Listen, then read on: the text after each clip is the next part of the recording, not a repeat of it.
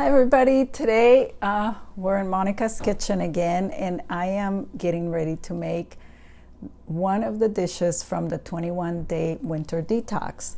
I know some of you are getting ready to start on Monday, and I wanted you to have an idea of how much time and how much effort it would take to make one of these recipes. As I said to you before, these recipes are very simple, and so I'm going to just get started. But the first thing, we're going to make the butternut squash sweet potato soup, and that's all veggies, and you'll see how easy it is to do.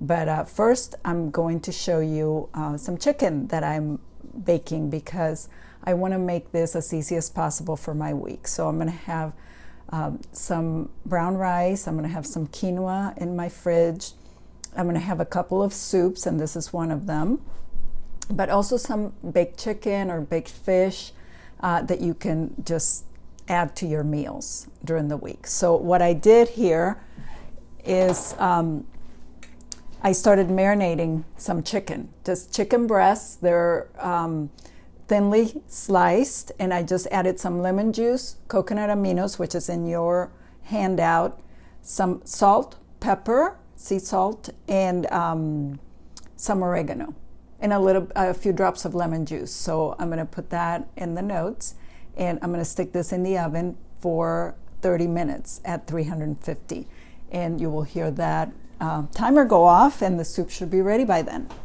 So here we go. I'm going to speed through some veggie peeling and chopping so that you can see how it's done. So we're going to start with our butternut squash. This is a little big. We're probably not going to use the whole thing. You can buy these either frozen already cubed, or just cut up at Trader Joe's if you want to do that, or at Whole Foods. So here we go. We have butternut squash, one sweet potato, some fennel, fennel bulb, and if you don't like fennel, you can always use celery, 2 carrots, and for garnish, we're going to use some radishes and some curly leaf parsley. So here we go.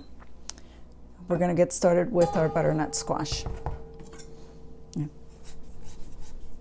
You take the edges off first so that you can have a flat surface where to make sure that your squash is not going to slip away from you. So this is one way of doing it. Another way is to stick the whole thing in the oven for 20 minutes until it softens, and then peeling it that way. So we have a surface now, and we can just take with the big knife, we can start peeling this off like this. And you can see that bright orange flesh that comes out because this is so high in vitamin A and potassium and a lot of rich nutrients. I've talked to you guys about phytonutrients and how good they are for you. So this is what we're looking for. We're replacing all of those starches, those processed carbs, refined carbs, with some good colorful vegetables. And squashes are a good way to do that. People don't like messing with a squash because it's kind of hard to peel. And that's how I came up with that other way of doing it. 20 minutes in the oven at 350. It makes it soft, and then it peels easily. A lot easier than this. Here we go.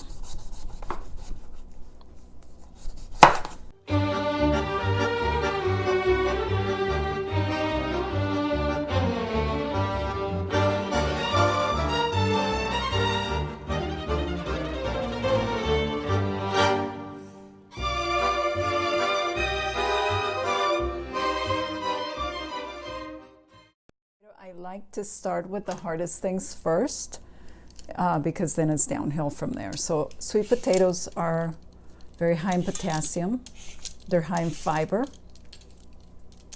and they don't raise your blood sugar the way that regular potatoes do. And a sweet potato is actually white, the flesh is white.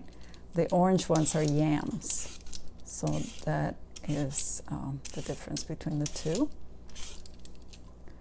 These are a little firmer than the yams. And look, if you have a good peeler, this is just a snap. It's not hard at all.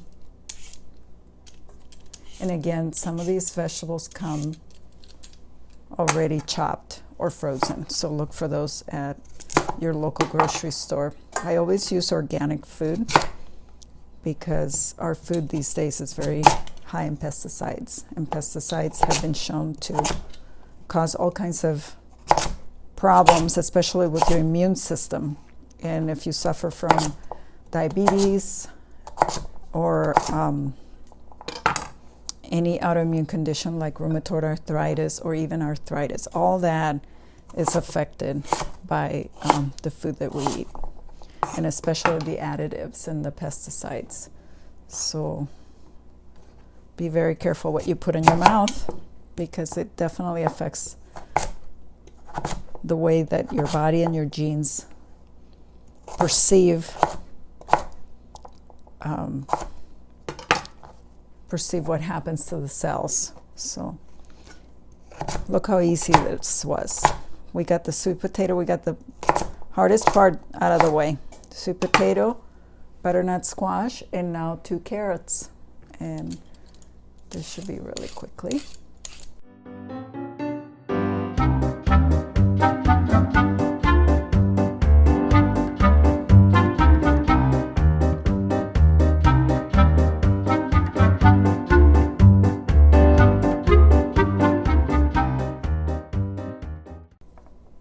Okay, and now the last thing is the fennel bulb.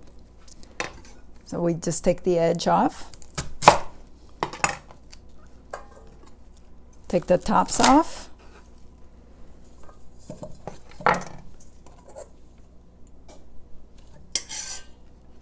and just slice it like so.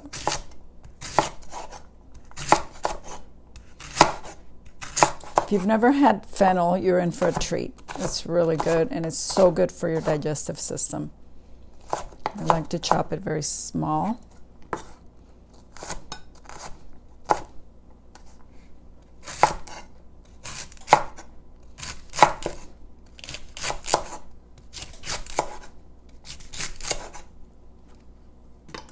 I'm going to leave about that much and just use this. Lastly, we're going to peel the shallots. We're going to chop these, and then we'll be ready to go. And the only thing that I have to do now is slice up my radishes for garnish, and my parsley, which I will do in just a little bit. But over here you have fennel and shallots, and here you have carrots, sweet potatoes, and butternut squash. So now we're going to move over to the stove. I'm going to use vegetable broth instead of the beef cube or the chicken cube that we had called for in the recipe. It's just easier. So this is a quart, 4 cups, and then I have another 4 cups here of water, and that's what we're going to use. Okay, so over here we have the water, and to this I'm going to add the vegetable broth. I purchase organic vegetable broth because it's just better for you. I typically don't like to use packaged broth, but if I do, I will just buy an organic product. And in the end, this soup is going to be like a creamy consistency with all of these root vegetables. We're just going to put them all in here. And we're going to add the fennel and the carrot and the shallots. I'm going to add some sea salt.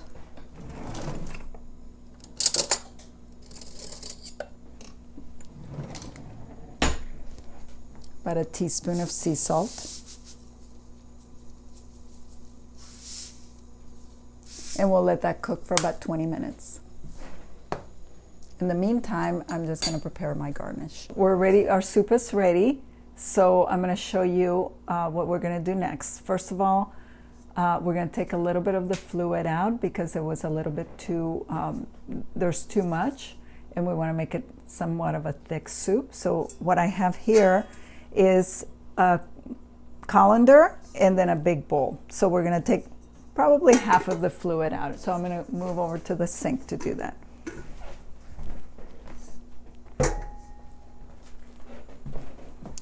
And we know that the soup is ready because all of the root vegetables are soft.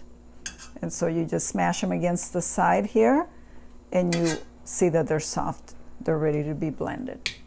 I'm also making some wild rice here, and I'll show you the chicken that we prepared in the beginning. So I let this cool off a bit, and now I'm going to drain some of the fluid.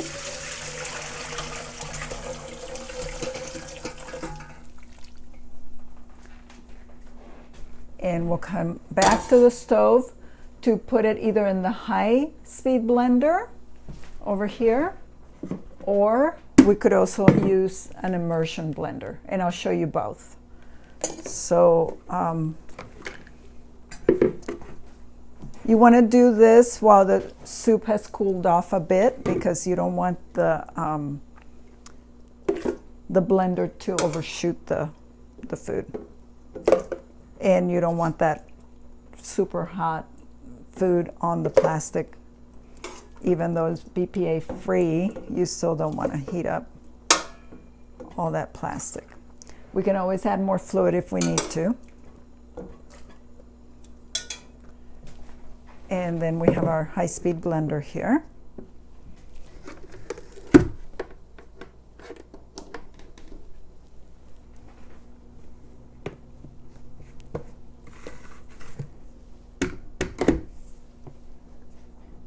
And we just press on the soup setting.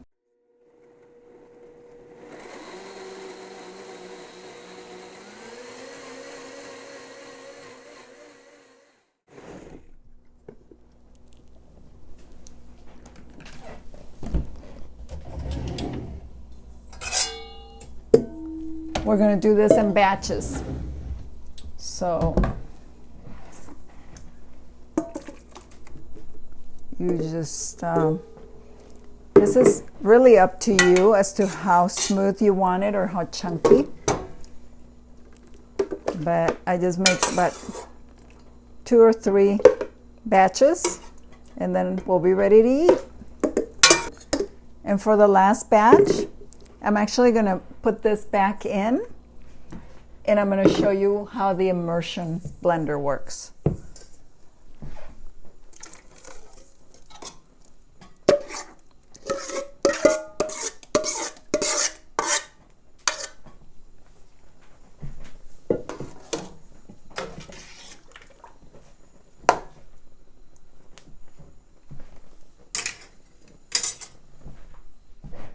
So this is the immersion blender, and all you do is you put it in the soup and you start moving it around until it blends to your liking. So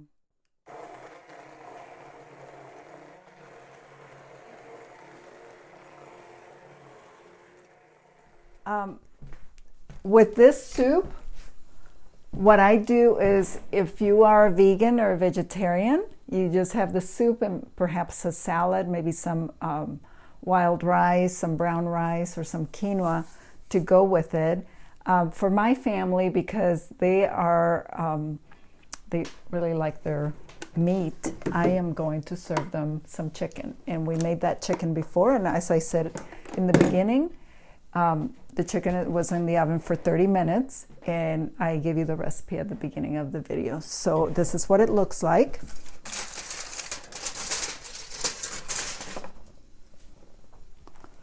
Just some chicken breast cutlets. And so I'll shred these and put them either in the soup or on the side with some rice, and you will see them enjoying in just a little bit. So let's go ahead and serve the soup, and I'll show you what the garnish looks like. Now you could also add a little bit of coconut milk to this soup, or some If you are eating dairy, you could add a little dairy, like sour cream or something like that. But if you want it to be really creamy, I would add some coconut milk to it. But other than that, you have some amazing veggies here. All root vegetables, a little bit of parsley, and here's some radishes. And there's your butternut squash sweet potato soup.